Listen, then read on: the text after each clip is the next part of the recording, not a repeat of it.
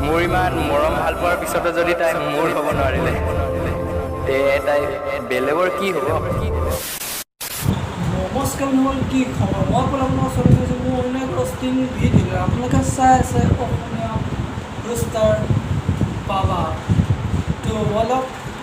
আজি আমি কথা পাতিম অসমৰ এনেকুৱা এটা প্ৰাণীৰ বিষয়ে যাক মটিভেশ্যন স্পীকাৰ হিচাপে জনা যায় যিয়ে আমাৰ অসমৰ বছৰীয়া নৃত্য-শিল্পীবোৰক মটিভেশ্যন দি আছে তো বলক প্ৰথমে ইন্ট্ৰটো লগাই লওঁ তাৰ পৰা তাক আমি ধুই দিম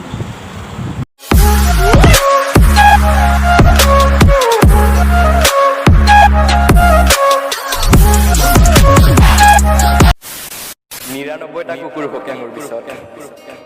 তুমিও ভোকা এশটা হৈ যাও सेलिब्रिटी बन गए जनरल सब लोग गाली सुनने का तुमको लेकिन गाली এটা কথা কচোন তই নিজৰ কি চেলিব্ৰিটি বুলি ভাব নেকি মোকে আৰু এই যে কৈছে যে তোৰ পিছত ৯৯টা কুকুৰে ভোকে বুলি তই কি সেই ৯৯টা কুকুৰৰ ৰজা নেকি নে চোৰ নে ডকাই যে তোৰ পিছত ৯৯টা কুকুৰে ভুকিছে ভাল পোৱাবোৰ আধৰুৱা হৈ প্ৰতিশ্ৰুতিবোৰো ভাগি গ'ল আজীৱন লগত থাকিম বুলি কোৱা প্ৰিয়জনক মনৰ জোখেৰে দুখ দি এৰি গ'ল হ'লেও আমিতো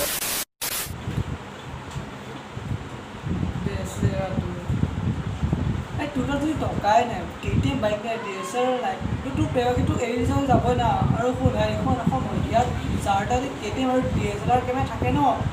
তাৰহে গাৰ্লফ্ৰেণ্ড থাকে তোৰ দৰে এটা মটিভেশ্যন স্পীকাৰৰ নহয় বুজিলি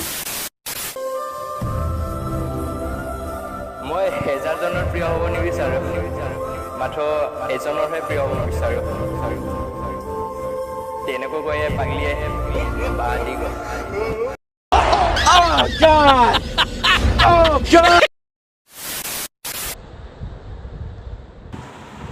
আবে এইটো তোৰ পেট নে শাল চাওঁ এনেদৰে শালৰে পেটটো বনালে তোৰ প্ৰেয়সীটো বাঁহ কৰাই নহয় তোৰ গান মাৰি থৈ যাব বুজিলি আকৌ সি আকৌ ক'বহে হাজাৰজনৰ হ'ব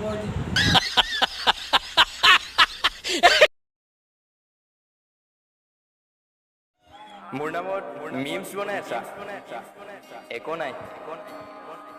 মই শুনিছোঁ সেইদিনা বোলে তোমাৰ ব্ৰেকআপ হওঁতে মোৰে ভিডিঅ' ষ্টেটাছত লগাইছিলা চাওঁ তোক মই এটাই কথা কওঁ না তই মোক চিনি পাৱ না মই তোক চিনি পাওঁ বছ তত্তেকে সদাগৰ নিকল যাইছ দেশ से আজি ভিডিঅ'টো মানে সম্পূৰ্ণ আশা আৰু আপোনালোকে ভিডিঅ'টো চাই ভাল পালে যদি ভাল পালে তেন্তে ভিডিঅ'টো এটা লাইক কৰি দিব শ্বেয়াৰ কৰি দিব আৰু লগত ছাবস্ক্ৰাইব কৰি বেল আইকনটো দবাই থ'ব যাতে আপোনাৰ নেক্সট ভিডিঅ' আপুনি পোনপ্ৰথমে পায় তো এতিয়ালৈ ধন্যবাদ থাকিল পুনৰ লগ পাম এক নতুন ভিডিঅ' লৈ